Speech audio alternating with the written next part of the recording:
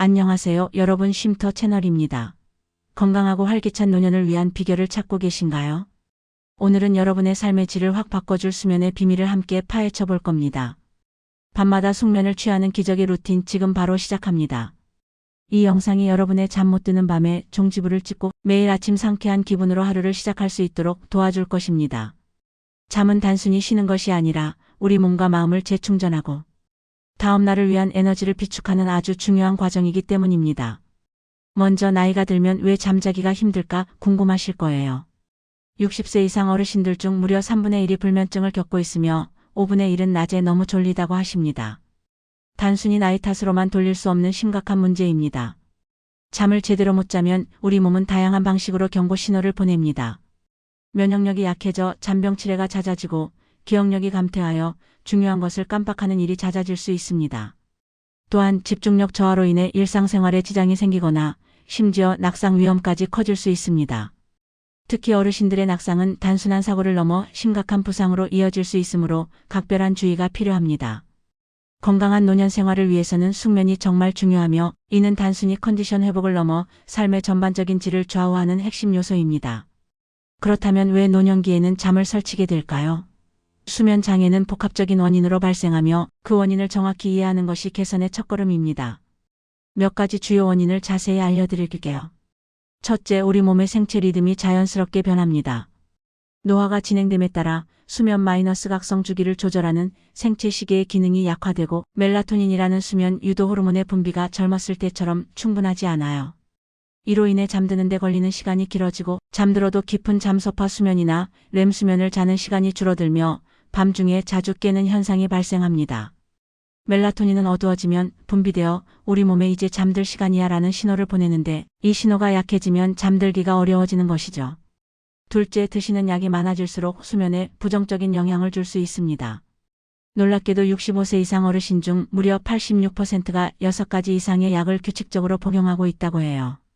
고혈압, 당뇨, 심장질환 등 만성질환 관리에는 약이 필수적이지만 일부 약물은 부작용으로 수면 장애를 유발할 수 있습니다. 예를 들어 혈압약 중 일부는 불면증을, 감기약이나 알레르기 약은 주간 졸림을 유발할 수 있습니다. 이 약들이 때로는 졸음을 유발하거나 반대로 잠을 방해하기도 합니다. 만약 새로운 약을 복용하기 시작한 후 잠자리가 불편해졌다면 반드시 담당 의사나 약사와 상담하여 약물 조정이나 다른 대안을 찾아보는 것이 중요합니다. 셋째, 여러 가지 신체적, 정신적 질환도 숙면을 방해합니다. 만성적인 통증, 관절염, 허리 통증 등은 편안한 자세로 잠들기 어렵게 만들고 밤중에 통증으로 인해 잠을 깨게 합니다. 역류성 식도염이나 위궤양 같은 소화기 질환은 속쓰림이나 불쾌감으로 잠을 설치게 합니다. 만성호흡기 질환이 있는 분들은 숨이 차서 잠들기 어렵고 밤중에 기침으로 인해 잠을 깨기도 합니다.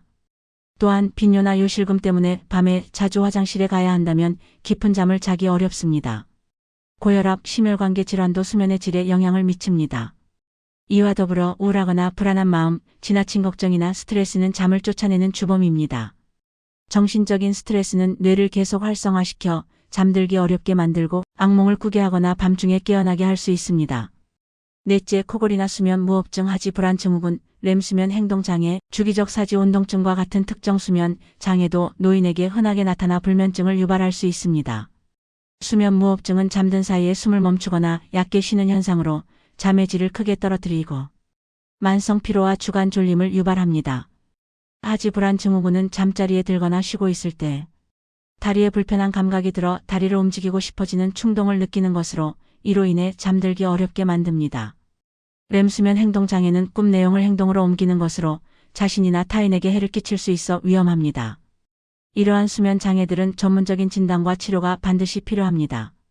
다섯째, 잘못된 수면 습관도 문제입니다. 불규칙한 잠자리 시간, 주말에 몰아서 자는 늦잠, 낮잠을 너무 길게 30분 이상 자는 것, 잠들기 전 커피나 술, 담배를 하는 것, 늦은 밤 과식하는 것, 잠들기 직전까지 스마트폰이나 태블릿 같은 전자기기를 사용하는 것 등이 모두 숙면을 방해합니다. 이러한 습관들은 생체 리듬을 교란시키고 수면의 질을 저하시킵니다. 마지막으로 잠에 대한 과도한 걱정과 집착도 잠을 더 달아나게 만듭니다. 오늘 밤도 잠 못 자면 어떡하지? 잠을 못 자면 내일 몸이 너무 피곤할 텐데와 같은 비합리적인 신념이나 걱정은 오히려 불면증을 악화시키는 원인이 될 수 있습니다. 잠자리에 누워 시계를 보며 초조해하는 행동은 스트레스를 유발하고 교감신경을 활성화시켜 잠들기 더욱 어렵게 만듭니다. 잠에 대한 이러한 부정적인 생각의 고리를 끊는 것이 중요합니다. 자, 이제부터 이 모든 문제를 해결하고 숙면을 취할 수 있는 기적의 루틴을 하나씩 아주 자세하게 알려드릴게요. 이 루틴만 꾸준히 실천하시면 분명 밤마다 편안하게 잠드실 수 있을 겁니다. 건강하고 활기찬 내일을 위한 첫걸음 지금부터 함께 해봅시다. 첫 번째 비결은 바로 규칙적인 생활 습관입니다. 이는 건강한 수면의 가장 기본적인 토대이자 핵심입니다. 우리 몸의 생체 시계는 매우 정교하여 일정한 리듬을 좋아합니다. 매일 아침 같은 시간에 일어나는 것이 무엇보다 중요해요. 주말에도 너무 늦잠을 자지 마세요. 주중과 주말의 기상 시간이 크게 차이 나면 생체 리듬이 혼란스러워져 월요일 아침에 더 피곤함을 느낄 수 있습니다. 일정한 시간에 기상하면 우리 몸의 생체 리듬이 안정되고 밤에 잠들 시간도 자연스럽게 정해집니다. 아침 햇살을 맞으며 가볍게 스트레칭하거나 산책하는 것도 아주 좋습니다. 햇볕은 멜라토닌 분비를 억제하고 세로토닌 분비를 촉진하여 각성을 돕고 기분 전환에도 도움을 줍니다. 낮 동안에는 햇볕을 쬐면서 활동량을 늘려주세요. 청소나 빨래 같은 집안일도 좋고 공원에서 가볍게 산책하거나 친구들과 만나 이야기하는 등 다양한 활동을 통해 몸과 마음을 활성화시키는 것이 좋습니다. 이렇게 낮에 활발하게 움직이면 밤에 잠이 더 잘 오게 됩니다. 낮잠은 되도록 피하는 것이 좋지만 너무 피곤하다면 짧게 30분 이내로 그리고 오후 3시 이전에 정해진 시간에만 자도록 노력하세요. 긴 낮잠은 밤잠을 방해할 수 있습니다. 규칙적인 식사 시간을 지키는 것도 중요합니다. 특히 저녁 식사는 잠들기 3시간 전에는 마치는 것이 좋습니다. 소화가 완전히 된 상태에서 잠자리에 들어야 속이 편안하고 편안하게 숙면을 취할 수 있습니다. 과식은 소화불량을 일으켜 잠을 설치게 할 수 있으니 주의하세요. 두 번째 비결은 최적의 수면 환경 만들기입니다. 침실은 잠을 위한 신성한 공간이라는 인식을 가지세요. 침실은 잠에 집중할 수 있도록 어둡고 조용하며 시원하게 유지해야 합니다. 빛은 멜라토닌 분비를 억제하므로 암막 커튼을 사용하거나 수면 안대를 착용하여 빛을 완전히 차단하는 것이 좋습니다. 소음은 수면을 방해하는 주범이므로 귀마개를 사용하거나 백색 소음기를 활용하여 주변 소음을 줄이는 것이 도움이 될 수 있습니다. 침실 온도는 약간 서늘하게 유지하는 것이 좋습니다. 일반적으로 1822도 정도가 숙면에 가장 적합하다고 알려져 있습니다. 체온이 살짝 낮을 때 잠이 더 잘 오기 때문입니다. 잠들기 전에는 스마트폰, 태블릿, TV 같은 밝은 화면을 보는 것을 최소화하세요. 이러한 전자기기에서 나오는 블루라이트는 멜라토닌 분비를 강력하게 억제하여 잠들기를 어렵게 만듭니다. 최소한 잠들기 1시간 전부터는 전자기기 사용을 중단하고 대신 따뜻한 물로 샤워를 하거나 족욕을 하는 것도 좋은 방법입니다. 몸이 따뜻해졌다가 서서히 식으면서 자연스럽게 잠이 오는데 도움이 됩니다. 그리고 자신에게 맞는 편안한 베개와 이불을 사용하는 것도 잊지 마세요. 너무 푹신하거나 너무 딱딱한 침구는 숙면을 방해할 수 있습니다. 개인의 체형과 수면 습관에 맞는 침구류를 선택하는 것이 중요합니다.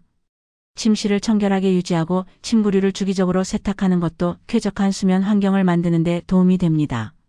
세 번째 비결은 취침 전 이완요법입니다. 잠들기 전에는 몸과 마음을 편안하게 이완시키는 시간이 반드시 필요합니다. 낮 동안 쌓인 스트레스와 긴장을 풀어주어야 숙면에 들 수 있기 때문입니다. 가벼운 명상이나 심호흡, 요가, 스트레칭을 해보세요. 유튜브에서 숙면 명상이나 취침 전 스트레칭 영상을 검색하여 따라하는 것도 좋은 방법입니다. 잔잔한 음악을 듣거나 흥미롭지 않은 조용한 책을 읽는 것도 좋습니다. 너무 자극적이거나 몰입을 요하는 내용은 오히려 정신을 맑게 하여 잠을 방해할 수 있으니 주의하세요. 라벤더나 캐모마일 같은 아로마 오일을 사용하면 마음이 한결 차분해지고 안정감을 느낄 수 있습니다. 아로마 디퓨저를 사용하거나 베개에 한두 방울 떨어뜨리는 방식으로 활용할 수 있습니다. 단, 알레르기가 있다면 사용 전 반드시 테스트하거나 전문가와 상담하세요. 따뜻한 허브차 한 잔 카페인 없는도 몸을 이완시키는 데 도움이 됩니다. 네 번째 비결은 꾸준한 운동입니다. 운동은 건강한 수면의 필수 요소이자 강력한 숙면 유도제입니다. 특히 근력 운동은 불면증 개선에 아주 효과적이라고 여러 연구에서 밝혀졌습니다. 팔굽혀펴기나 스쿼트 같은 간단한 운동이라도 꾸준히 해주세요. 처음에는 낮은 강도와 짧은 시간으로 시작하여 점차 늘려가는 것이 좋습니다. 걷기, 자전거 타기, 수영 같은 유산소 운동도 좋습니다. 낮 시간에 충분히 몸을 움직여 활동량을 늘리는 것이 중요합니다. 규칙적인 운동은 밤에 깊은 잠을 유도하고 수면의 질을 전반적으로 향상시키는 데 기여합니다. 그러나 잠들기 직전의 격렬한 운동은 오히려 몸을 각성시켜 잠을 방해할 수 있으니 피하시고 대신 잠자리에 들기 12시간 전에는 가벼운 스트레칭이나 종아리 마사지를 해주세요. 혈액순환을 돕고 긴장을 완화하여 편안한 잠을 유도합니다. 종아리 마사지는 특히 하지 불안 증후군으로 인한 불편감을 완화하는 데도 도움이 될 수 있습니다. 중요한 것은 꾸준함입니다. 매일 조금씩이라도 운동하는 습관을 들이는 것이 좋습니다. 5번째 비결은 올바른 식습관입니다. 우리가 먹는 것이 수면의 질에 직접적인 영향을 미칩니다. 카페인, 알코올, 니코틴은 숙면에 최대적입니다. 특히 잠들기 전에는 절대 피해야 합니다. 커피나 차, 초콜릿 등에 들어있는 카페인은 각성 효과가 있어 잠들기를 어렵게 하고 밤중에 깨어나게 할 수 있습니다. 알코올은 일시적으로 잠드는 데 도움을 줄 수 있지만 깊은 잠을 방해하고 밤중에 잠을 자주 깨게 합니다. 니코틴 역시 각성물질이므로 금연은 숙면을 위해 필수적입니다. 저녁 식사는 가볍게 드시고 과식하지 마세요. 소화가 어려운 기름진 음식이나 매운 음식은 속을 불편하게 하여 잠을 방해할 수 있습니다. 칼륨, 마그네슘, 트립토판이 풍부한 음식을 드시면 숙면에 도움이 됩니다. 바나나, 아몬드, 호두, 우유, 닭고기, 콩류 등이 좋은 예입니다. 바나나에는 트립토판과 마그네슘이 풍부하여 멜라토닌 생성을 돕고 근육 이완에 효과적입니다. 잠들기 1시간 전쯤 따뜻한 우유 한 잔이나 타트 체리 주스를 마시는 것도 숙면을 돕는다고 알려져 있습니다. 타트 체리는 천연 멜라토닌이 풍부하게 함유되어 있어 수면의 질을 개선하는 데 도움이 될 수 있습니다. 6번째 비결은 긍정적인 수면 사고입니다. 잠에 대해 너무 걱정하거나 집착하는 마음을 버리세요. 오늘 밤도 잠 못 자면 어떡하지? 잠을 못 자면 내일 몸이 너무 피곤할 텐데와 같은 비합리적인 신념이나 걱정은 오히려 불면증을 악화시키는 원인이 될 수 있습니다. 잠자리에 누워 시계를 계속 보며 초조해하는 행동은 스트레스를 유발하고 교감신경을 활성화시켜 잠들기 더욱 어렵게 만듭니다. 잠시 잠이 오지 않아도 괜찮습니다. 편안한 마음으로 침대에 누워 휴식을 취하는 것만으로도 몸은 어느 정도 회복됩니다. 인지행동치료 CBT-I는 잠에 대한 잘못된 생각이나 걱정을 바꾸고 수면에 대한 건강한 태도를 형성하는 데 도움을 줄 수 있습니다. 잠에 대한 강박관념을 버리고 잠은 자연스럽게 오는 것이라고 생각하며 편안한 마음으로 잠자리에 들어보세요. 잠이 오지 않을 때는 억지로 잠들려고 노력하기보다는 침대에서 일어나 조용하고 어두운 공간에서 독서를 하거나 명상을 하며 이완하다가 졸음이 오면 다시 침대로 돌아가는 자극조절법을 시도해보는 것도 효과적입니다. 7번째 비결은 수면 자세 개선입니다. 혹시 알고 계셨나요? 옆으로 누워 자는 자세가 뇌 노폐물 제거에 도움이 되어 치매 예방에도 효과적이라는 사실을요. 특히 왼쪽으로 누워 자는 것이 더욱 좋습니다. 옆으로 누워 자면 뇌의 림프계 활동이 활발해져 잠자는 동안 뇌 속에 쌓인 노폐물 베타, 아밀로이드 등을 효과적으로 제거하는 데 도움이 됩니다. 또한 왼쪽으로 누워 자면 위산 역류를 줄여주고 소화에도 도움이 되며 코골이 완화에도 긍정적인 영향을 미칠 수 있습니다. 반면 똑바로 누워 자는 자세는 기도를 좁게 만들어 코골이나 수면 무호흡증을 악화시킬 수 있습니다. 잠자는 자세 하나만 바꿔도 숙면의 질을 높이고 건강까지 챙길 수 있으니 오늘 밤부터 옆으로 누워 자는 것을 시도해보세요. 자신에게 맞는 편안한 베개를 사용하여 목과 척추가 일직선이 되도록 유지하는 것도 중요합니다. 8번째 비결은 전문가의 도움을 받는 것입니다. 만약 위에서 제시한 모든 노력을 기울였는데도 여전히 잠자기가 어렵거나 불면증이 3개월 이상 지속된다면 주저하지 말고 의사나 수면 클리닉을 방문하세요. 수면 무호흡증이나 하지 불안 증후군, 만성 통증, 갑상선 질환, 우울증 등 숨겨진 질환이 수면 장애의 원인일 수도 있습니다. 전문가의 정확한 진단 없이는 적절한 치료를 받기 어렵습니다. 필요한 경우 멜라토닌 보충제 복용을 고려할 수도 있습니다. 멜라토닌은 수면 주기를 조절하는 호르몬으로 노년기의 분비량이 줄어들기 때문에 보충제를 통해 도움을 받을 수 있습니다. 그러나 멜라토닌 보충제도 반드시 의사나 약사와 상담 후 복용해야 합니다. 만약 현재 수면제를 복용하고 있다면 의사와 상담하여 점진적으로 감량하거나 다른 비약물적 치료법으로 전환하는 것을 고려해야 합니다. 수면제는 장기 복용 시 내성이나 의존성이 생길 수 있으므로 전문가의 지시에 따라 신중하게 사용해야 합니다. 수면 전문의는 여러분의 수면 문제를 정확히 진단하고 개개인에게 맞는 맞춤형 치료 계획을 수립해 줄 것입니다. 적극적으로 전문가의 도움을 받아 건강한 잠을 되찾으세요.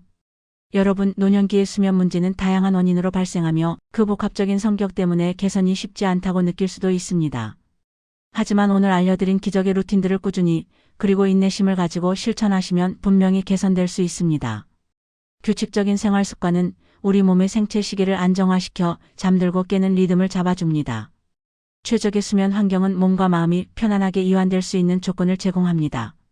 취침 전 이완요법은 낮 동안의 긴장과 스트레스를 풀어주어 잠자리에 들기 좋게 만듭니다. 꾸준한 운동은 몸을 적당히 피곤하게 만들고 깊은 잠을 유도합니다.